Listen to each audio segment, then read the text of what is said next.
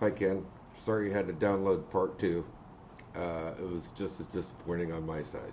So I think I left off 27% of adults have sent or received text messages while driving. Um, so I'm going to try and move on from there. Uh,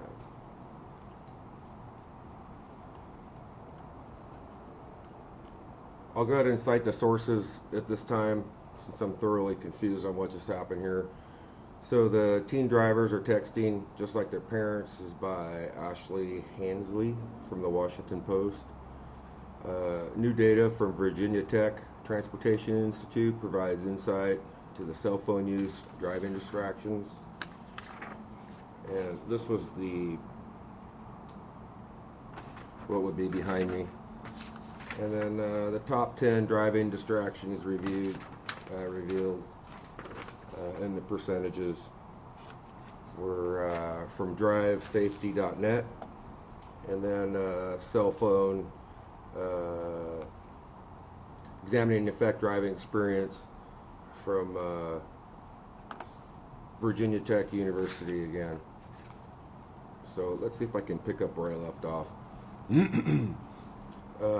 Not to mention, 1 in 5 drivers of all ages confess to surfing the web while driving. I'm one of the 5. And they justify it statistically by reading a text is safer than composing or sending one.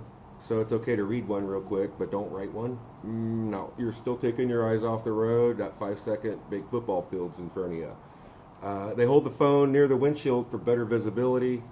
The reality is our brains are made to walk and see things, not drive at a high speed, recognize dangers around us, along with trying to read something. We're focusing in and out, and our brain's not made for that.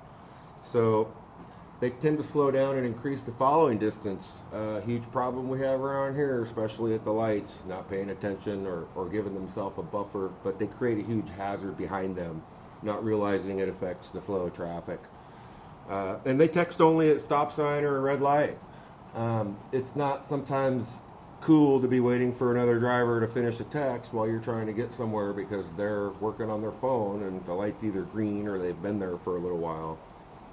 So we tend to think, what can we do about it? As a public, we should be super aware that it's an issue. There are laws on the books about it. A lot of states prohibit handling the devices while you're in the vehicle. There's 32 states and Washington, D.C. that prohibit novice drivers from cell phone usage. It doesn't make sense to me. I don't think it should be used at all. And then more of these driving statistics. 39 states plus D.C. prohibit all drivers from text messaging.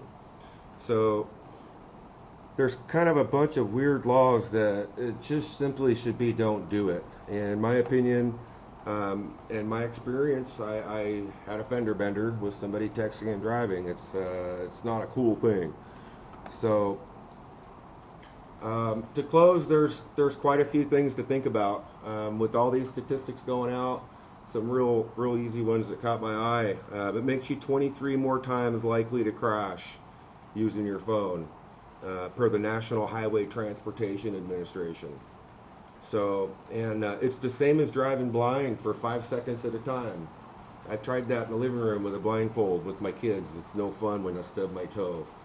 But that's from Virginia Tech Transportation Institute.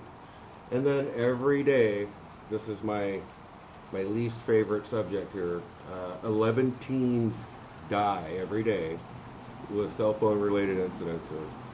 So that's from the insurance state highway transportation. Those statistics come from the people you pay your insurance bill to. They know why the accident happened. So these are real. You can look them up. It's horrible. So with that, just remember the seconds it takes to stop your vehicle, that one football field. If it's rainy or windy road, it could be even longer.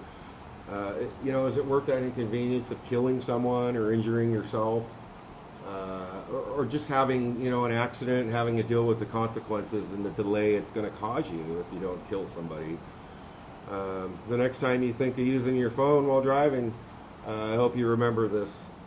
And thanks for coming, and I hope everybody has a great afternoon. It's raining outside, so please drive safe. And put the phones away. When you get in your car, put your key in the ignition or push that button. That's when the phones get put away. And when you get out, turn off the key and push that button, then that's when you can pull your phone out. Pretty general rule, and that's going to be my new one after this. Thanks for coming. Bye.